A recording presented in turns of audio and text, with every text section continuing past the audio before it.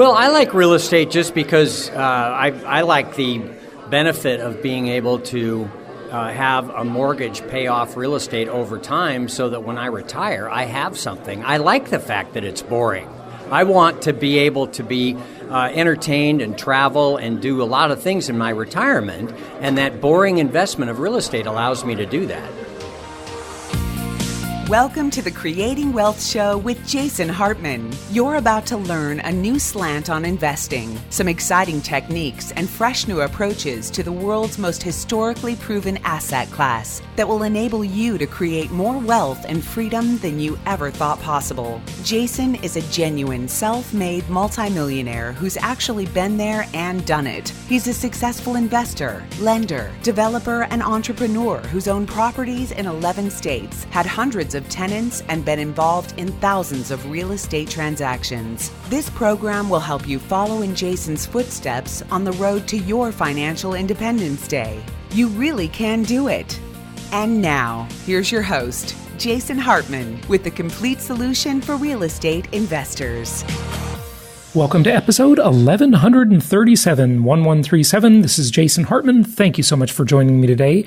I've got one of our investment counselors on the line today, and that is Doug. You've been hearing him on the show for the past 10 years or so. Doug, how you doing? I'm doing great today, Jason. Good. I know you've been busy with doing a lot of portfolio makeovers for our clients lately, haven't you? Yeah, in fact, the part of the portfolio review and the portfolio makeover, as we like to call it, that is actually been really insightful to a lot of people has been the idea of looking at a before and after return on equity for a portfolio.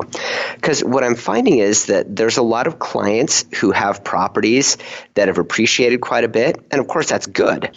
But what they're doing is they're thinking about their rate of return relative to the amount of cash that they initially put into the property. Right. So here's the thing I want to say is that as the money becomes lazy, as it becomes sleepy, as you create equity in a property over time, which is great news, your return on investment declines, and sometimes it declines rather dramatically. A lot of people don't realize the hidden cost here of that loss of return on equity, and I'm going to talk about my opinion of return on equity as a metric, period, in a moment, but go ahead, Doug.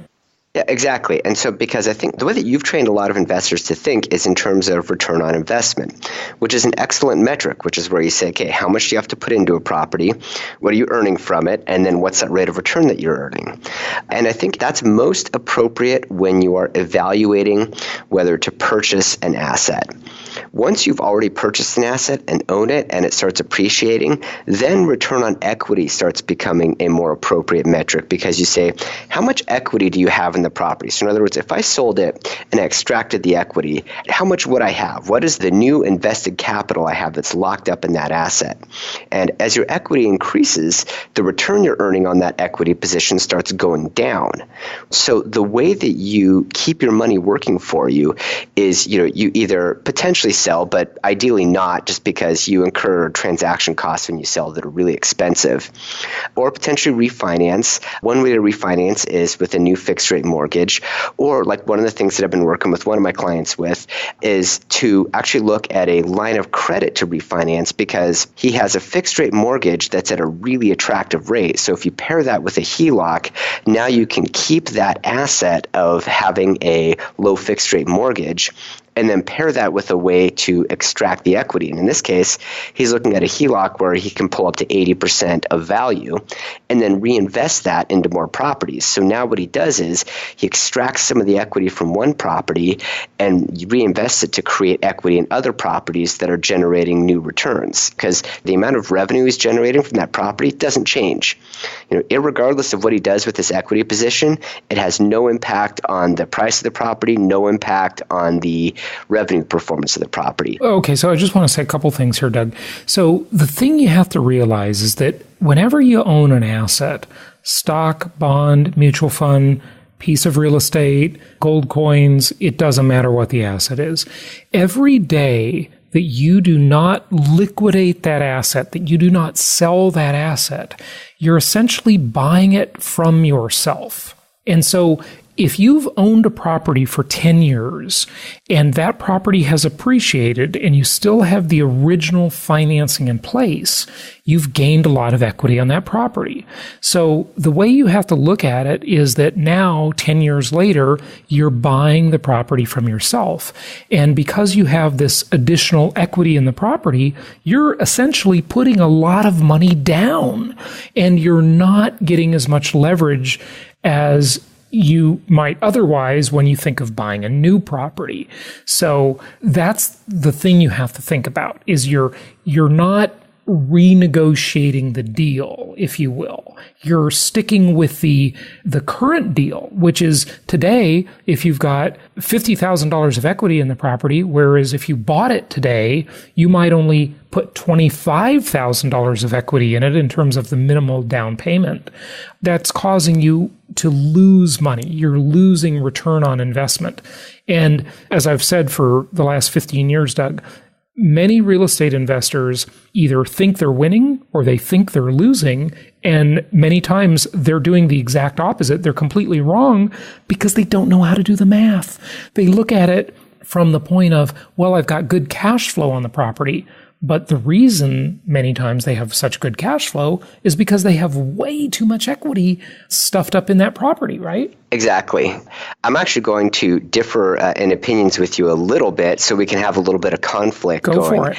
That is actually one of the things that the cap rate is useful for, because I know you're not a fan of cap rate. But one thing that cap rate does tell you is how effectively you can leverage a property. So, for example, if I'm buying a property that has a 7% cap rate with a 5.5% loan, that tells me that I will be able to arbitrage 1.5% on every additional dollar I can leverage. On the other hand, if I'm buying a property that has a cap rate that's, say, 5% and I'm at a 5% loan, I don't really gain a whole lot by leveraging it more. So similarly to what you're saying is that, if you want to create a high cash producing property, the best way to do that is to buy it with all cash and don't leverage it at all. But that's not going to give you your best overall performance. The best overall performance is going to be when you optimize your leverage. And the way that you do that is you make sure that you're earning that arbitrage spread, that the amount you're paying for the loan, if that's less than your cap rate, then you'll benefit from levering up the property. Mm-hmm. Interesting. So that isn't completely giving you the whole picture, though, because it actually could be better than that when you put into place. You're just comparing cap rate to the interest rate you're paying on financing, right? Correct. Yeah. Yes, I'm looking at this from a cash performance perspective. Right. And so that's, a lot of people do that, and it's a decent metric, it's a simple metric. But Doug, as you and I both know, it doesn't include the arbitrage on leverage. It doesn't include inflation-induced debt destruction. And Jason, you always accuse me of being an engineer, so I'm just acting like an engineer. Oh, okay. Got it. And the funny thing is, you're not an engineer, but you are an analytical creature. You have an MBA, and you're a corporate America type guy, so you've got a lot of that very analytical stuff. Folks, if you ever want to look at a really confusing spreadsheet, just ask Doug to create one for you. First of all, it'll take him like 4.5 minutes to create a 36-page spreadsheet that you will never be able to understand unless you're like him. He speaks a different language. I haven't even shown you the complicated stuff, Jason. Yeah. Wow. I am in fear of that. But finish up on the topic of portfolio reviews, portfolio makeovers, and let's wrap it up and get to the rest of today's show. Sure. So basically, the thing that I like to do with my clients, that every one of our clients should be doing with their investment counselors, is just do a regular review of your portfolio to see where do you have equity that you can redeploy to make it continue working harder for you. That's the way that you're really going to win the game, is when you can start compounding your properties into more properties and just continue getting that high rate of return from your equity. No question about it. Folks, if you have a business and if you have a lazy employee, you would be wanting them out, right? And that's the idea. You don't want lazy employees, and similarly, you don't want lazy equity or lazy money or sleepy equity, what lazy, sleepy, whatever. The concept is the same. It's kind of like that employee example, Doug. So as the employee maybe becomes more comfortable over time with their job, they kind of just natural human nature sets in. They kind of lose their edge. They're not as motivated as they used to be. Everything's working out. They're making money. They feel secure, and they get a little lazy, a little complacent. Your money is doing the same thing to you, folks. It's getting complacent. It's becoming ungrateful. It's not earning as much return for you as it could. So ungrateful money, lazy money, sleepy money. Don't let it happen. Be forever vigilant to make sure your money is working for you. So Doug, that was a great little talk about that. Thanks. Tell your money to go out and get a job and don't let them come back home and live in your basement. That's right. No over-entitled money allowed here. All right. Great talking with you, Jason. All right. Likewise. Happy investing. Let's get to the rest of the show. Hey, I'd like to introduce someone whose voice you've heard on the show before, and that is Chad. And we have a fantastic little YouTube raffle for you. Chad, what's it all about? Yes, we have an exciting opportunity coming up for you to be able to win a free ticket to Meet the Masters coming up in March, or a $500 travel allowance. Here's what you need to do to be able to win one of those things. We will be selecting a winner on March 4th when the contest ends. And all you have to do is go to the YouTube channel, which is youtube.com/Jason Hartman Real Estate. Subscribe if you haven't already. Then pick any video to watch. There's a variety of categories, everything about real estate investing, from finding the right markets, analyzing real estate deals, the economics of real estate investing, property management, financing. There's a whole wide range of videos that you can choose from, and choose one that you think would be interesting to you, watch it, and then go to the comments section and comment just a quick one-sentence comment on something that you learned from that video, and make sure to include the hashtag JHLive in the comment, and that will enter you into this raffle. Okay, so that's real easy. You just go to youtube.com/Jason Hartman Real Estate, subscribe to the channel, and then watch any video you like, and make a comment below the video of one thing you learned, include the hashtag JHLive, and that will enter you in the raffle to win a free ticket to Meet the Masters or a $500 travel allowance. This ends on March 4th, so be sure to get it done before March 4th. We look forward to seeing you at Meet the Masters. Thanks for joining us, Chad. Thanks. It's my pleasure to welcome Rohit Talwar to the show. He is a futurist, a global futurist, and founder of Fast Future Publishing.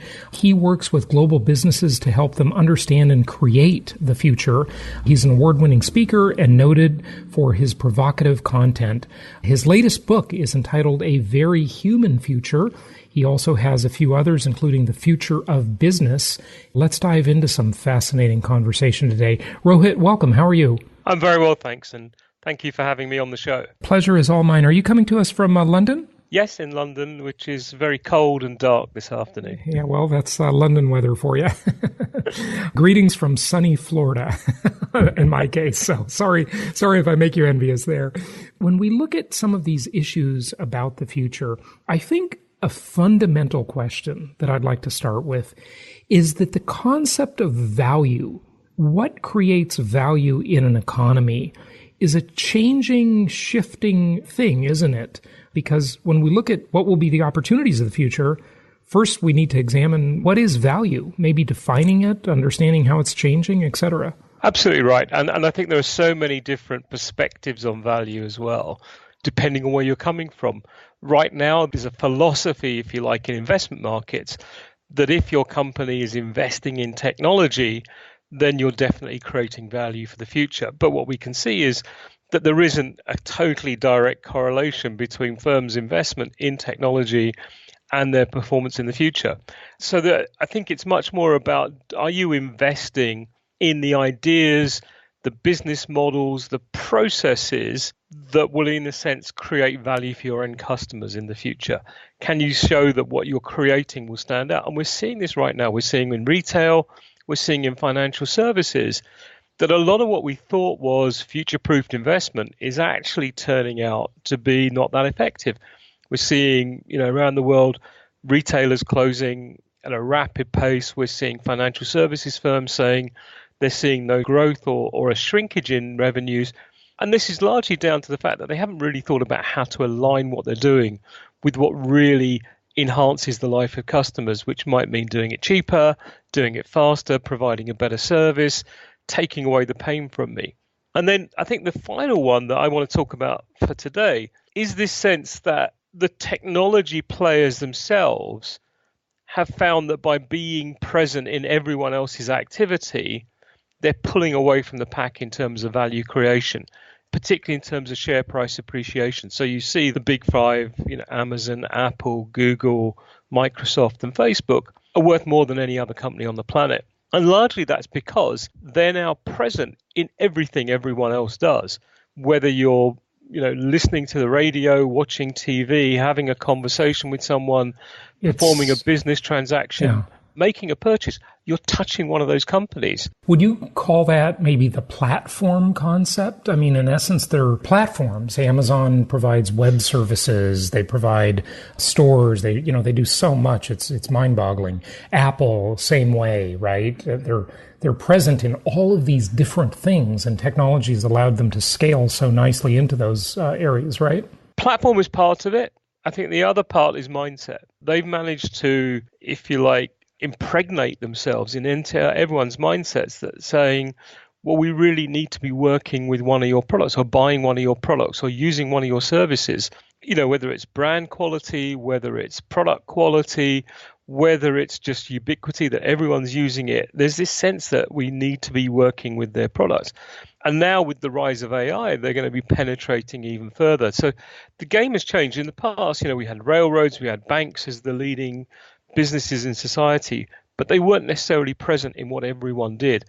These players now are literally all pervasive. Mm-hmm. And I think because we've never seen that before, we don't know how it will play out. Mm-hmm. But what we can expect is governments trying to break them up. We can expect other financial players deliberately trying to derail them because they don't want one single dominant player in each of the sectors that these guys dominate. So I think that they're central to value creation today, certainly in terms of share price appreciation. It isn't definite that they're creating end value for all the customers they work with, but certainly the markets are treating them that way. And then the markets tend to over-exaggerate any move in share price up or down when they get any kind of information.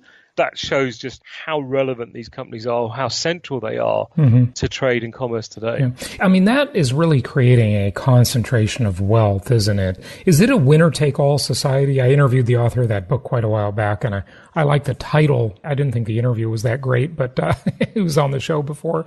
But is that what we're facing with this kind of thing where, since they can touch every area of life, they have the platform, they have the scalability, nobody's going to compete with these companies, are they? Or maybe they will. We can be surprised sometimes, right? Well, right now, there's a feeling that winner is taking almost all, and certainly in terms of the shareholders in these companies doing incredibly well on the back of these companies and the executives. And there's a sense that they might be pulling away from the pack. There are some Chinese companies that are, obviously snapping at their heels, but a very similar model. And then there's the regulators, certainly in the European Union, trying everything they can to break these companies up, to break up their power and to really challenge them. And a desire to see other companies step into the same space and challenge for the provision of those services. One big hope for many is that we'll see a new era of blockchain-based open businesses with different models that really challenge the likes of Google and Facebook in particular. That's to be seen. There's certainly a lot of activity in those spaces, some very interesting ventures coming through, some very different business models. So we could see the power of these businesses challenged. And obviously history has shown us that whenever an empire rises, there are a lot of forces come together to try and bring that empire down, whether it's deliberate or inadvertent. So You're constantly hearing people say, in 10 years, there could be 10 Amazons. Who knows? I think that it will take a lot of skill, a lot of clever marketing, and a lot of support for new businesses to come up and truly rival those, certainly Amazon, Apple, Facebook, Amazon, Apple, Google, and Microsoft. Facebook, I think, is more at the whim of the consumer. If we all stop using it tomorrow, its business model wouldn't survive. Whereas the others, it's unlikely we'd stop using them just because of how deeply they've penetrated our lives. Yeah. Well, and Facebook and Google especially, I think, have breached trust so many times. I think with those two companies, most specifically, I'm actually in favor of the regulators for a change. I usually find myself on the opposite side of the government, but this time I want to see one of three things, and I've said it many times before.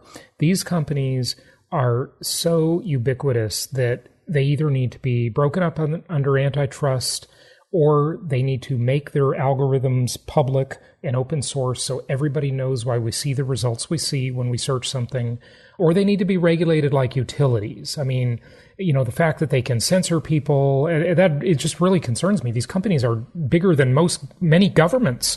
Why shouldn't they be treated like a utility? One of those three things has to happen. Maybe all of them. I don't know. Maybe you would disagree. There are different views on this, aren't there? One is these are now the axis of evil, if you like. These companies know what they're doing. They're very deliberate about it, and they're making as much money as they possibly can through the surveillance economy, having our data, monitoring our lives, manipulating our lives. There's a second view that says they're slightly more tactical than that. They know what they're doing is wrong, but they're trying to maximize their return for as long as they can. The third is, no, they're misunderstood. They're just trying to do a good job, and every now and then they make a mistake. But really, they're there to benefit the whole of humanity, and we need to cut them some slack. And then there's a fourth view, is they're just incompetent, and that they don't know what they're doing. They're so big now that you've got lots of relatively young people with less experience of the world and less understanding, if you like, of public morals, who are just working on their individual projects that turn out to invade privacy or whatever. Every day I kind of flip between all four as to what they are. Fair enough. But I think ultimately you will need some regulation from regulators who understand what they do. And that's the worrying thing. Yeah, right. We're surrounded by incompetent, if you like, politicians who haven't invested the time and effort to truly understand the forces shaping the world, how the global economy works. They're sort of like the academics in the ivory towers. They don't get it a lot of times. So yeah, I certainly agree. It's so important that, I think they have to sit back and really understand these technologies and how powerful they are and how much potential they have for good, but also how they can be misapplied. And only then can you do truly smart regulation. Absolutely. Most of our listeners are investors. The vast majority of them are investing, and a lot of them are investing in things like real estate, particularly. They own businesses and so forth too. But let's take this and maybe shift it into the economy a little bit, to the broader economy, the U.S. economy, the world economy. What does the future look like? In your book, Anticipating 2025, right? It's right around the corner. I mean, everything is changing so quickly. Self-driving car technology is going to change the real estate game. Just all of these shifts, the biohacks and the possibility of tremendously extended longevity, not only lifespan, but health span. These things have huge implications for the broader economy. I mean, what will be the retirement age? How long should people collect the equivalent of Social Security? What do you make of all this? There's just so much to digest. It's mind-boggling. There is, and I think you have to split this really into three time frames. One is the sort of far future, the 5+ year horizon. And let's call it far future because the world will just change so much in that time frame that any investment in something for that time frame really is purely speculative. Then there's the near term, if you like, the next 12 to 18 months, where we wouldn't even pretend to give advice. That's, usual rules apply about how to invest for the near term.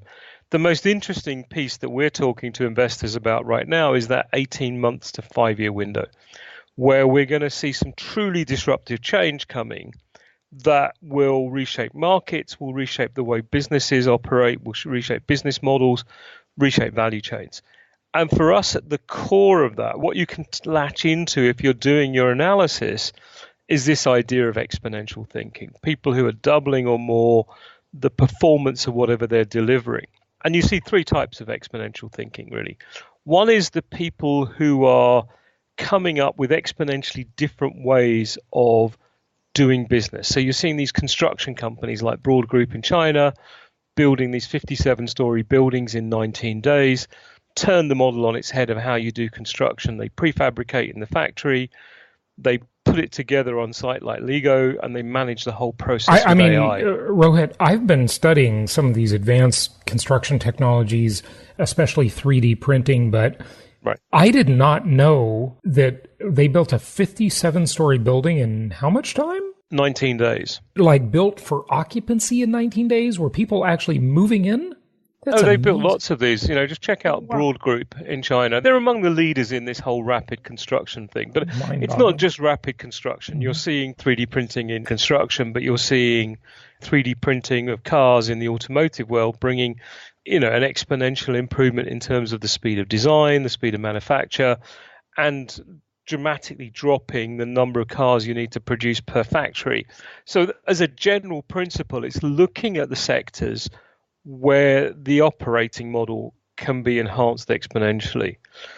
The second is where people are looking to bring about an exponential improvement in the value delivery to customers, and quite often that's either in speed or in price. So they're bringing technology to bear, and you're now seeing people like Western Union, who used to charge you 8 or 9% for a money transfer, doing it for free.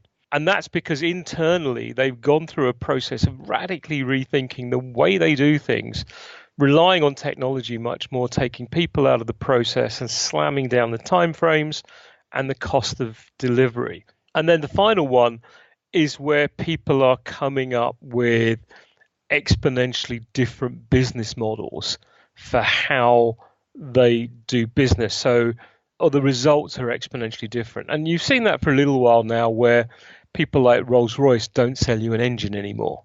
You basically rent maintenance from them. The revenues have been improved dramatically because of that. Through the subscription model, right? The SaaS model, and then in the future, we'll call it the CaaS model, car as a service, right? Yeah, it's where people have taken the traditional business model and just said, here's a totally different way of delivering that service to you. So vehicles on demand, we're starting to see those models work now. And, power on demand, lighting on demand from Philips, where people are only charging the end customer, if you like, a fee for usage, or a different way of charging for the service that seems to benefit the end customer, because they're moving from, lumpy purchase costs to rental costs or whatever. And for the organization, it means we're getting a more continuous flow of revenues. And then you've got the sort of new entrants who are just bringing a different way of thinking. So if you take someone like the insurance company Trove, what they're doing is they're applying the model from websites like Tinder, or apps like Tinder and Bumble, where you swipe right if you like someone and swipe left if you don't. They're applying the same model to charging you for insurance. So when you take your watch out of the safe or the cupboard to wear it, because it's such an expensive piece, you swipe right to start insurance. As soon as you put it back, you swipe left to stop. But it can still be destroyed in the safe, obviously.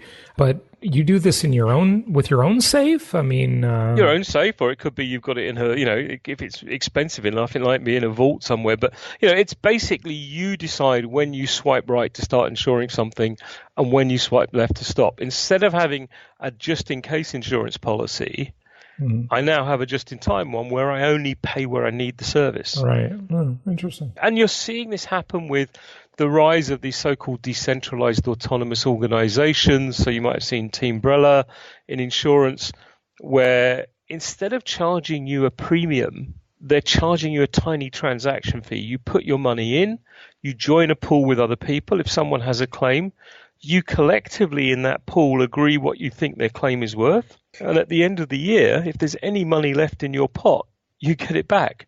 So we're seeing but wouldn't the incentive with that be for everybody to say, oh, nobody else's claim is worth anything, so there's more in the pot? I mean, they must have figured out a way to work around that. But you're saying that in healthcare, let's say you lost your bicycle. Yeah. It's in my interest to agree a reasonable price for the replacement of your bicycle. Because if I don't, then when it comes to my bicycle being stolen, you're not going to support me. Yeah. The other thing is, because we're in a pool, and there's only 50 of us, I think, in the pool, I'm incentivized to say, well, actually, I know a local bike dealer. Let me see if I can get your bike from him Oh, that's for a interesting. little bit Yeah, less. yeah, So interesting. we're making these kind of bringing social features into these new business models. Yeah, yeah. And the incentive is, look, if you think long term enough, you don't want the person with the claim to quit next year and leave the pool because you need their premium, right? Now, this is happening in healthcare in the U.S. with things like Liberty Share and MediShare, and these aren't really insurance programs; they're health share programs. Right. They seem to be working pretty well. I don't know; the jury's out, but from what I hear good things. Yeah, and I think the thing is you have to invest in these sorts of things for the longer term. With a lot of these players really only coming to market in the last 12 months or in the next 12 months, you can't be investing in them expecting them to be delivering you great returns between now and the next 18 months. But longer term, as they build up traction, suddenly these businesses start to throw off a huge amount of cash. Sure. And it's this classic thing that, only a few players do survive in any sector. So it's winner takes almost all at the moment. And the ones that kind of make their way through then generate supernormal returns because they've built the infrastructure, they've built the networks of suppliers, of customers, and then everything really starts to pay back in quite a significant way. Yeah. Okay. When we look at the broader economy, which is where I was going with this, with all of these incredible efficiencies and this new thinking about business models, this new thinking about from where does value really come? The famous saying we've all heard is about the railroads, right? They thought they were in the railroad business when really they were in the transportation business. Had they realized that sooner, they'd still be around, right? Is the future more prosperous? Is it inflationary? Is it deflationary? What does the future look like for, that average person? Are they going to be better off or worse off? Because a fair part of this discussion it has to be is, will the robots and will AI take everybody's job? This is sort of a whole nother angle on this. So there's a separate conversation about the impact of these disruptive technologies on job creation and on wealth. And right now we don't know. There's a lot of great jobs being created for educated people who have some sort of tech background to work in AI and data science and blockchain. So there's an explosion. But if you're being replaced as a lawyer, as a shop assistant, as a check-in clerk at an airline, then it's unlikely that you're going to walk straight into one of those jobs doing data analytics in an AI firm. You might retrain for it. So what we could see is a distortion, that some people do very well, that the highly skilled people moving into those sectors could do extraordinarily well, and an awful lot of people who were used to having a good living will struggle for a while the economy recorrects. We'll probably need something like guaranteed basic incomes, guaranteed basic services to see people over the hump, but we'll probably have to tie that to an accelerated retraining program to move people up the value chain. If we do that, then longer term things look reasonably rosy for most people. If we don't address the education and skills issue, then we're in deep doo-doo. Okay, so let me ask you about that, because the skeptic in me says, well, how are you going to train the person who had that job in a restaurant that's now been automated, or that had that job as any type of driver, whether it be a Lyft or Uber driver or a FedEx driver or whatever, truck driver, that's now been automated out of a job? They're not going to become, an AI programmer, right? Well, a proportion will, because the technology is getting easier to train people to do things with it. But for the majority, I'd say, of your drivers, then they're not. But we're going to have them learn new skills that have them either create their own job, because there will be new businesses created, or to work in other new industries where we won't necessarily need the heavy lifting jobs, but we'll need people still. Mm-hmm. And that's where we need to really go through an accelerated learning process that isn't based on their past, but based still on their potential. And you see accelerated learning programs do tremendous things. And we need to be teaching them skills like collaboration, problem solving, design thinking, scenario thinking, the skills that will allow them to move from job to job.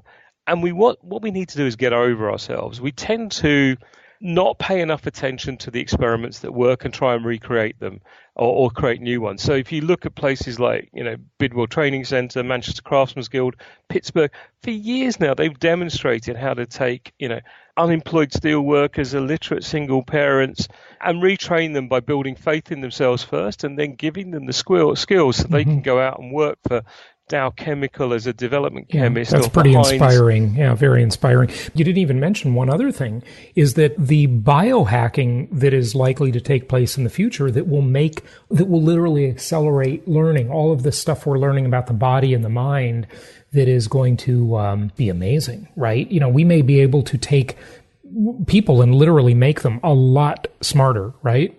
I'm pausing there because maybe not.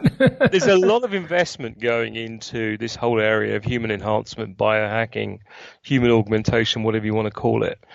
And we know that with certain drugs already, nootropic drugs like Ritalin, Adderall, modafinil, that are meant for sleep disorder and attention deficit disorder. Those have consequences, though. But they can enhance mental performance, but they have consequences. Yeah, definitely. Similarly with the electronic stimulation techniques, everything we're talking about, the neural relays to put sensors into your brains, all those things, they're either unproven, as to their genuine long-term functionality, and they're certainly unproven as to their consequences. Right.